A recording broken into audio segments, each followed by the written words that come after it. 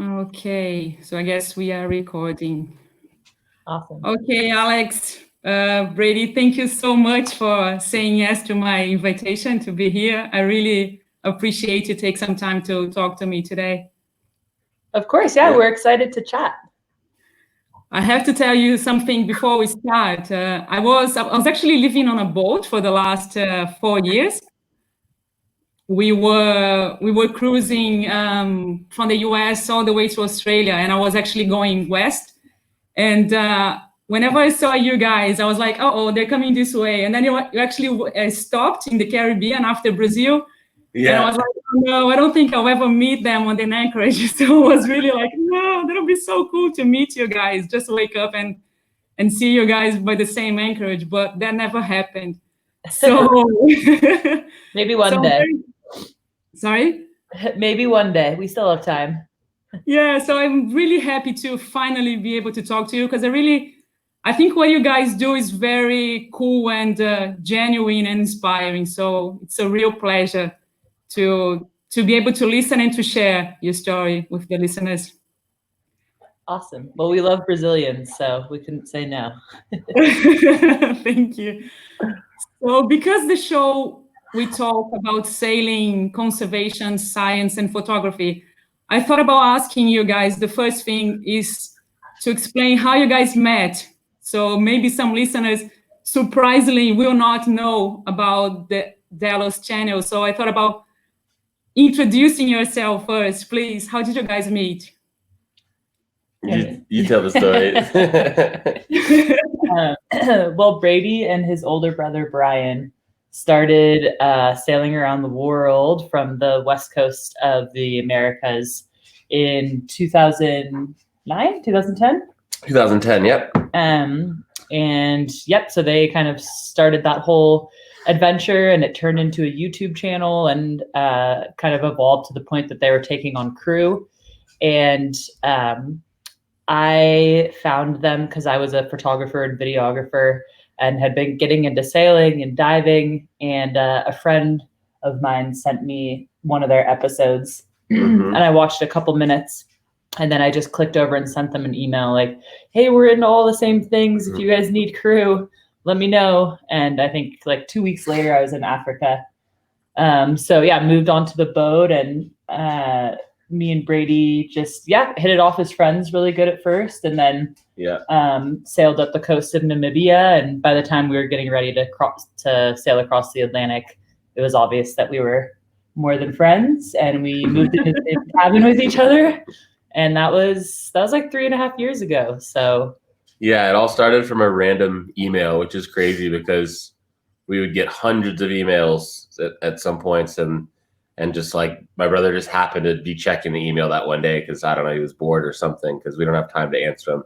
And happened to be Alex's email that was like, hey, I'm a videographer. I'm into sailing. I want to get involved if you guys are looking for crew. And we were looking for crew at the time. So it was just really random. But they actually thought I was a guy because my name, Alex, my full name's Alexandra. But when people see the name Alex written, they always assume that it's a boy.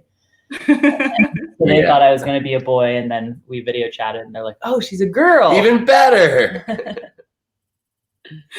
Yeah. And I was going to ask you also, Alex, your last name, is it your last name Blue or just a nickname? Because you're very cheer and upward. You're not even close to being blue, like upset or anything. The Blue is my middle name, actually. But I've kind of adopted it as being, just Alex Blue because a lot of people call me Blue. A lot of people call me Alex. And so, I kind of just made it my chosen last name, I guess you could say. Okay. And talking about the documentary, the 80 degrees north, sailing on top of the world. How did that happen? And I must say, it's really, really beautiful, the doc. I watched that and it's stunning project. Thank you. Thanks. Yeah. It only took us like 2.5 years to make it. Yeah, it's the biggest project we've done so far. But when we were that same year after Alex and I met, we were crossing the Atlantic from Cape Town to Brazil. And when we arrived in Brazil and we were checking emails and stuff, there was an email waiting for us from our friends from 59 North. Andy and Mia. So they do kind of offshore sailing adventures and charters. And they emailed us and said they were going to be up in Svalbard pretty much a year from that time, and said they had like 3 weeks where they were just going to be enjoying, and they wanted us to come up and like capture it and film it and just kind of experience the Arctic with a group of friends for those 3 weeks. And right away we said yes. Like there was no question about whether we were going to go or not. So then the planning started. Then it was a full year of trying to figure out how we were going to survive in cold weather. And packing when you were in Brazil, I can imagine how weird it was to pack in Brazil for the Arctic, right? Yeah. I mean, we didn't even have socks on the boat. You know how it is on a boat. Anything you have, it just gets moldy. So, you know, we had to really up our gear. Yeah, we didn't. We just started researching what we needed, how cold it was going to be, and yeah, found the warm weather gear as we went along. And I don't want to spoil the doc, but I noticed, I don't know if I'm wrong, but I did notice there is a scene of Brazil in the very beginning. Oh, yeah. Abrolhos. Yeah, in Bahia, that's right. There is, yeah. We're talking about how we do almost all of our sailing sort of around the equator, and which is kind of funny that we chose that shot because that's not even that close to the equator. I know. Now that I'm thinking about it. But yeah, it's a beautiful, beautiful shot. So we thought it worked well.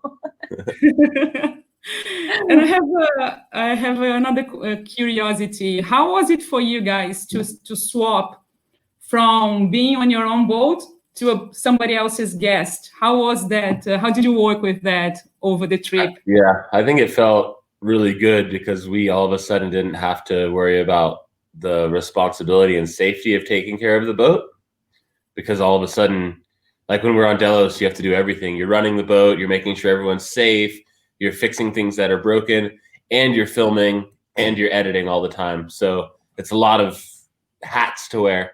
And when we were going on somebody else's boat with Andy and Mia, they're super experienced, so we could take a step back from the responsibility of actually running the boat and really focus on the filming aspect of it. I think too that I like going on different people's boats because everyone has different kind of systems that they've set in place. And obviously we know the way things work on Delos. And those are kind of, I don't know, I don't want to say the rules, but it's what we've figured out has worked. So when new crew comes on board, we're like, okay, this is the way it is. And when you go on someone else's boat, they have their own systems. And so it's cool. You can kind of pick and choose like, well, oh, that thing works really good. I never thought about that before. And Andy and Mia obviously have it dialed because that's what they do. They bring crew onto the boat, oftentimes that are inexperienced. So yeah, I'd say we learned a lot from just kind of seeing how they run the boat. It's cool. Yeah. Awesome. And shower-wise, how was it? Because in a super cold, freaking freezing weather, how did you guys manage shower with 8 people on this one? I mean, we didn't shower often. Yeah, in that cold of weather, you're not sweating very much, so we didn't get very dirty and we didn't stink. But I remember, I think every 3 or 4 days we would all shower, right? Yeah, or maybe once I don't a even week remember. or something. Yeah, basically once there was warm water, everyone would go take like a 5-minute shower and just, bust it out. So yeah, not a whole lot of showers on that one, but that's how it always is on a boat, Yeah, I mean the bathroom situation, there was 8 people and 1 head, so it was tight, but we were all there for the experience and the adventure. So having to wait to use the bathroom or not shower very often was not really an issue at all. Yes, Swan is a beautiful boat. We used to have, I mean, we met a friend from the US, actually from California. They have a 41 Swan, so beautiful. Like the shape is so beautiful, so amazing. Yeah, they're great boats, really good sailing boats. Yeah, and it's cool to see too on that boat because we pretty much shoved 8 people on that boat. And even though Delos is a bigger boat, she's just set up in a different way with less sea bunks. So it's super efficient for, crossing oceans with lots of people. Yeah. And when you guys were up there, did you bump into any Delos tribe? Anybody who knew you guys from the video? Did that happen at all? I don't think it happened up there. Yeah, I mean, there was Matt's left us a bottle of whiskey. Oh, yeah.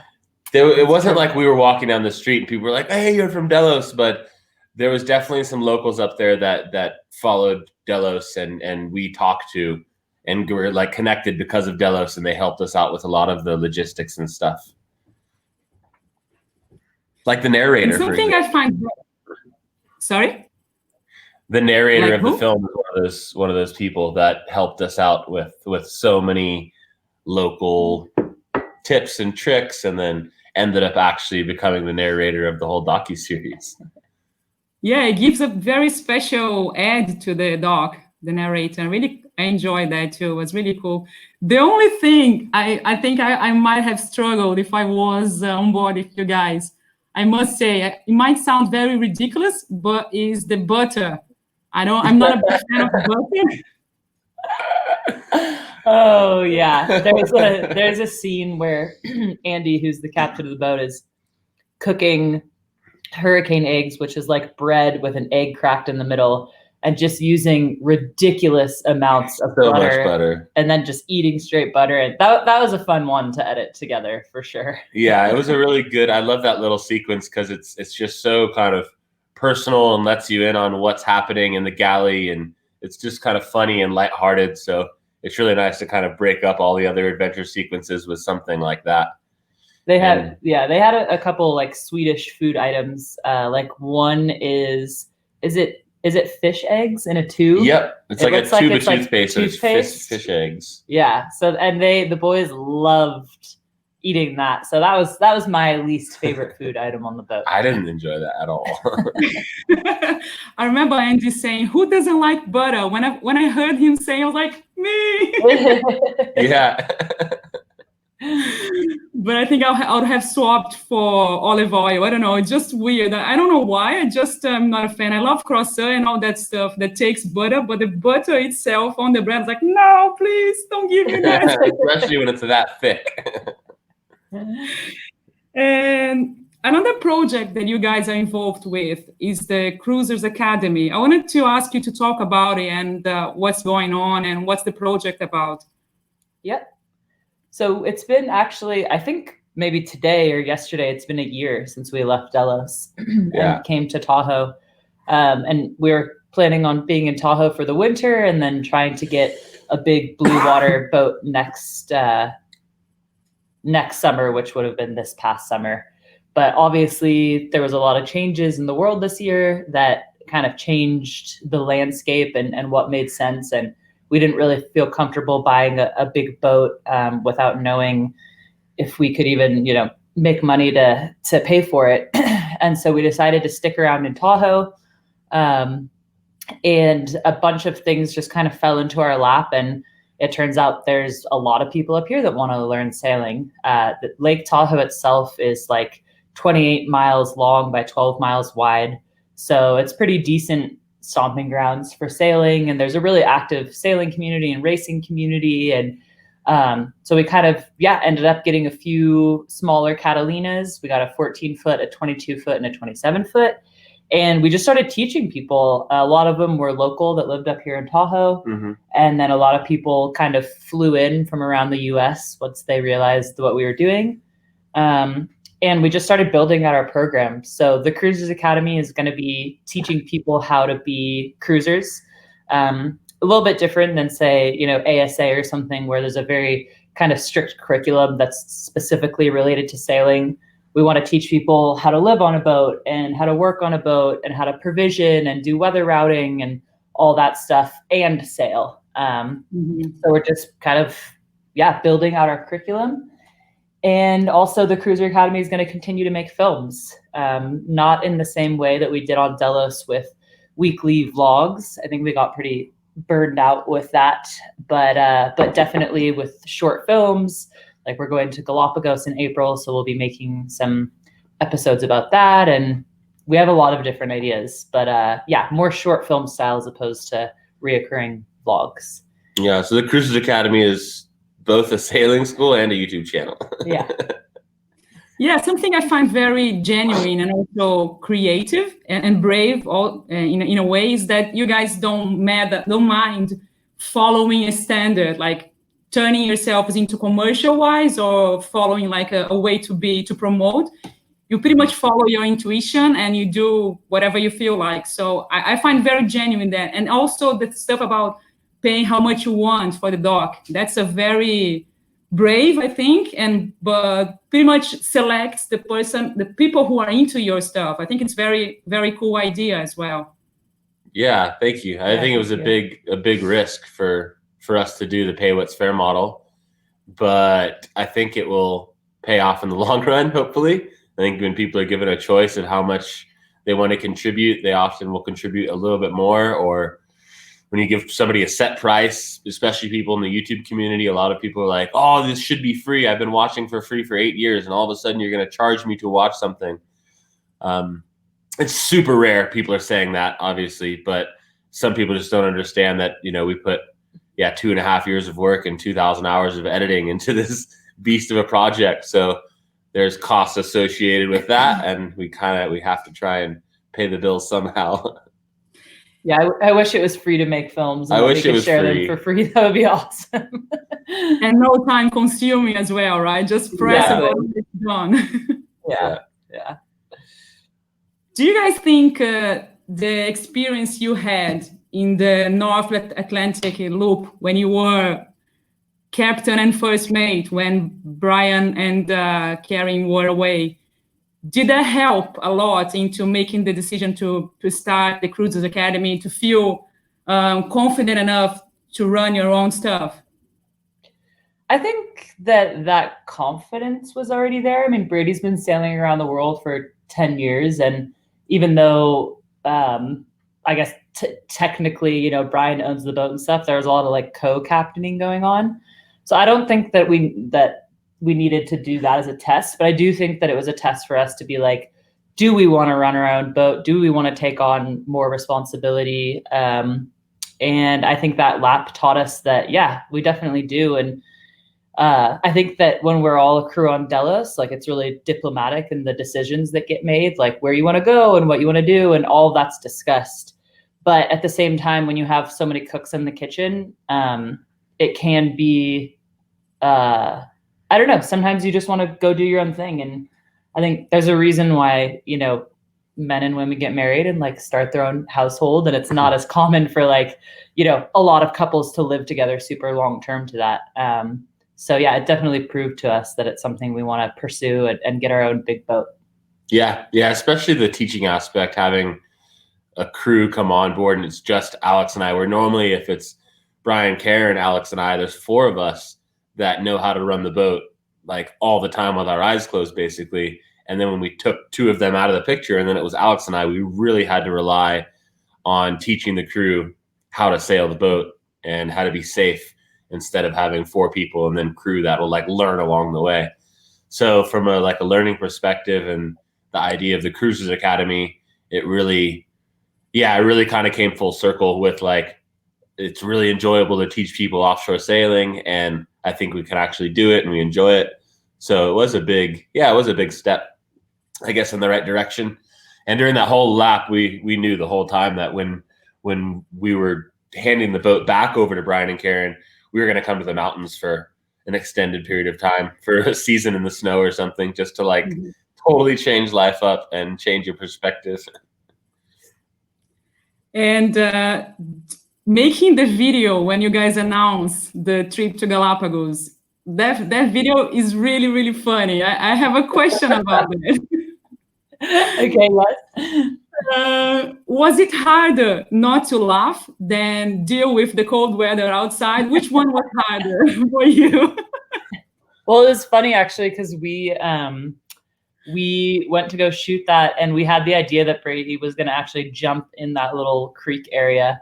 But when we shot that, we both had COVID. And so Brady had a fever of like 100 and something. So he was out there in the cold in the wetsuit. He's like, I'm not jumping in that water. That's taking it too far. But yeah, we were laughing pretty hard shooting that. And We hardly ever do anything scripted like that, so it's fun to try.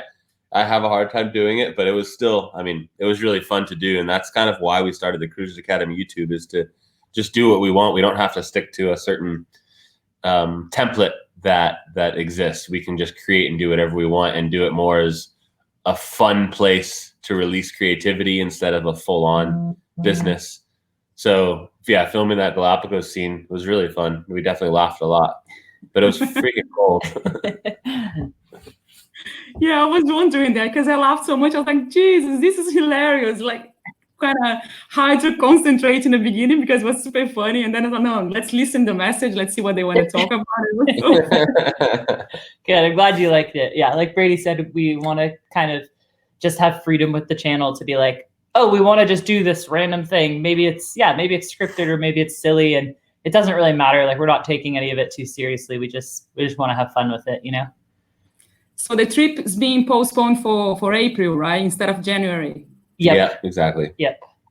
Yeah, So unfortunately, right when we announced the trip, which is a liveaboard dive trip in the Galapagos, it was kind of simultaneously happening. We released it, and then, you know, everything started to shut back down again. And we just realized that, you know, a lot of people wouldn't be able to come because we have it open for people to join us. And then also for us, we were like, are we even going to be able to get there? So we just all made the decision with the dive team to push it to April to, set ourselves up for success instead of be stressing for the next 6 weeks, like hoping we can even get there. Yeah.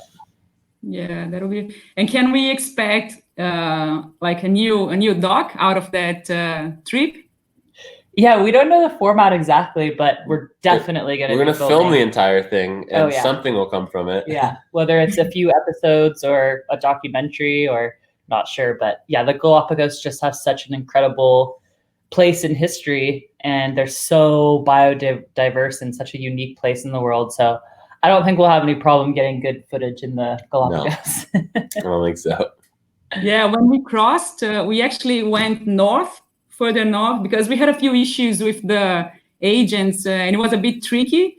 Like heaps expensive in terms of sailing. They seem to be very opening for tourists arriving by plane and big rather than sailing. I don't know why. It's weird. It was weird. And my partner, the skipper, he was a bit annoyed because he's done that trip 25 years ago. And when he went there on a boat, they were trying to be smart asses with him, trying to fine him for refueling almost at night, and they didn't tell him that he wasn't supposed to. So he was like, no, I don't want to stop. Then I was like, please, let's stop there.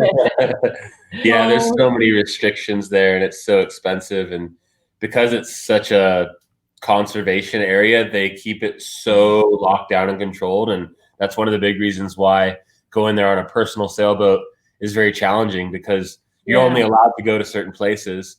And then when you're in those places, you can't like leave and go explore. You have to use a local company to go diving. You can't dive off your own boat.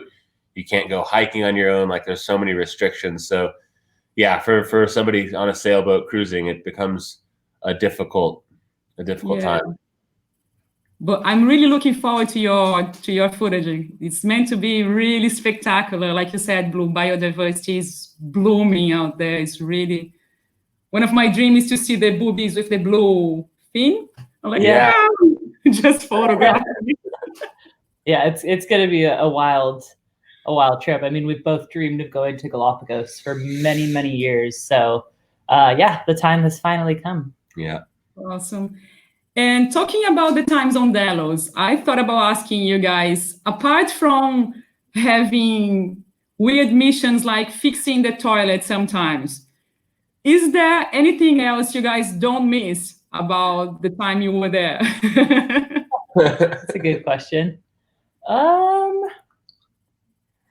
think, this might be surprising to someone, but I guess in a way I feel like I have more, I don't know if freedom's the right word, but independence when we're on land. Like, I can just do whatever I want to do in a day. I can go get in my car and drive anywhere and be on my own schedule. And when you're on the boat, you're crew 100% of the time, basically. And you have one dinghy, which we call our family car.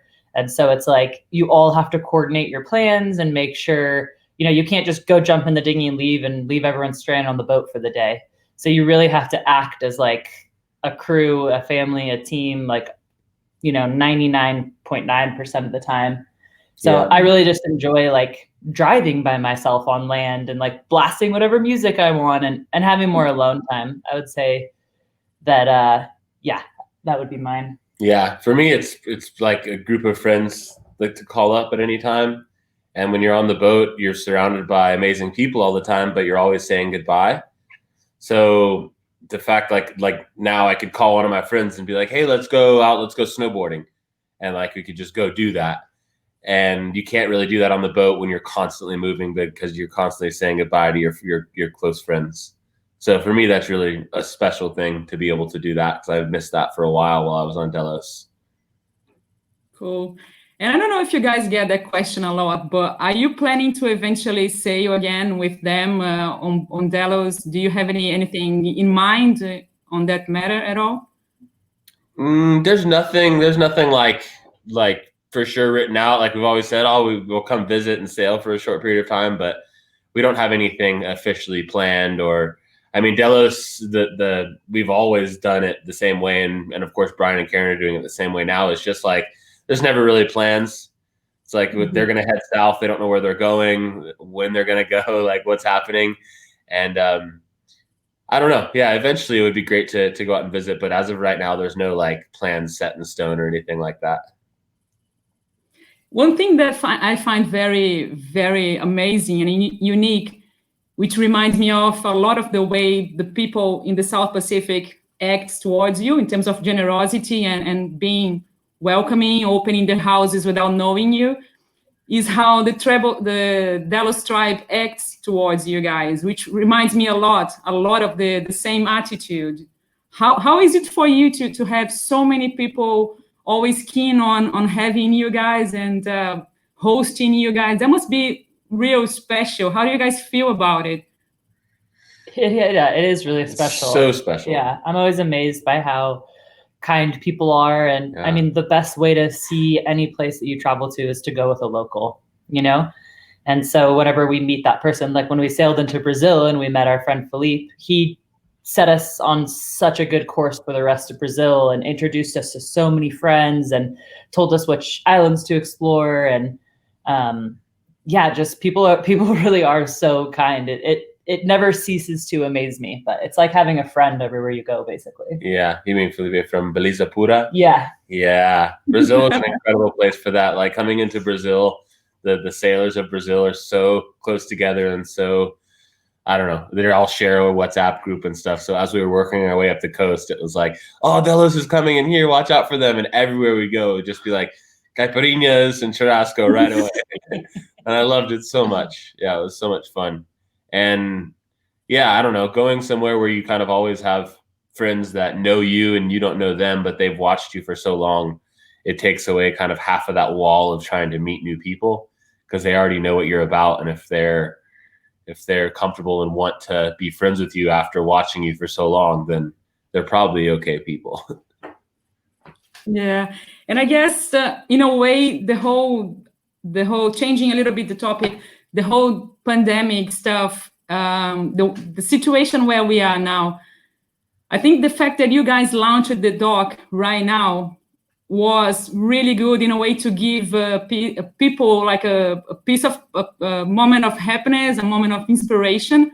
Do you think about it? Like, do you realize that how important it is to share, to launch a doc in this moment when people are like stuck at home and not able to travel? Did you think about it at all?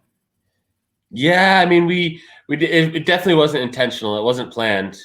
We'd been trying to finish this documentary for a while now, and it eventually, like earlier in the year, we were just like, okay, we have to set a date, like for it to be released, so then we can hold ourselves accountable for that. And that's kind of what we did. And it just so happened that all of the world was going through this when the documentary was definitely finished. And I think part of the pay what's fair thing as well is a lot of people out there are struggling. A lot of people are losing their jobs and can't afford certain things, especially like entertainment. So for us to be able to make it available for people who necessarily might not be able to pay that much to watch something feels really good during a time like this. Like you can pay $4, if you want to watch a 4-part documentary series. And yeah, hopefully it brings some joy to people during this lockdown time and maybe a little bit of hope and escapism so they can get inspired when this world gets back to normal to actually go travel again. That's a huge hope for it. And hopefully on the other side, there is more people at home that are willing to watch it instead of busy. True, yeah. And the last question to stop hassling you guys. You're not hassling us. The dog, Sharky, is really, really cool. She seems to be really into sailing. How can it be so like into really? At least when I saw the dog, the first episode, it's so cool. Yeah. It's funny actually. Sharky, come here. When we first got Sharky, like we were in full lockdown. It was in March of this year, and Blue was like, I want to foster a dog. And I was like, no, there's no way. Like once we get a dog, we're not giving it back. And like, I just saw it as like a ball and chain that was going to like stop our sailing future forever and just like lock us down. So I was like, okay, but I made a promise that we were going to find a permanent home for the whatever dog that we ended up fostering. So we ended up fostering the craziest dog in the pound. I called the pound and I said, give me the craziest dog that you have. I just want to get them out of the pound and let them take them on walks and stuff. So they said, okay, we have the perfect dog for you. And she had been returned to the pound twice when we went and got her.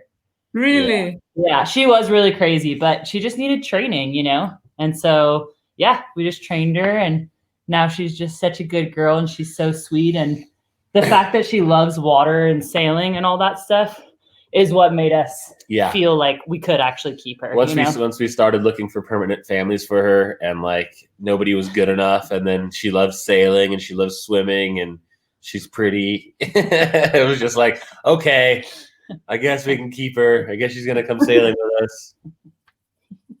Yeah, it was cool because she goes very smooth on the boat and is like even posing sometimes on some shot. Yeah, she'll tack to the other side when we tack. She'll like go and jump over on the high side. So she's learning. She's a good dog for sure.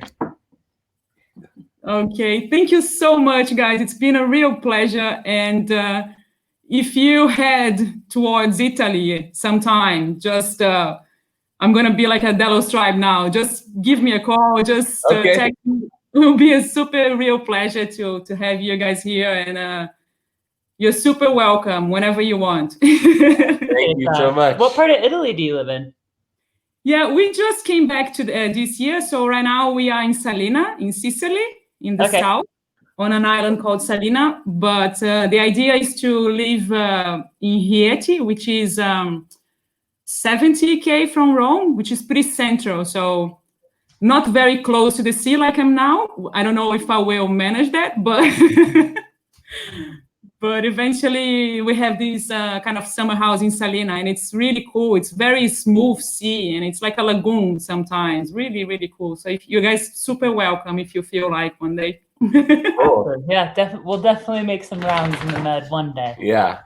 Thank you so much. Yeah, it's good to talk to you. Big pleasure. Thank you. All the best for you. All right. Bye-bye. Ciao. Ciao.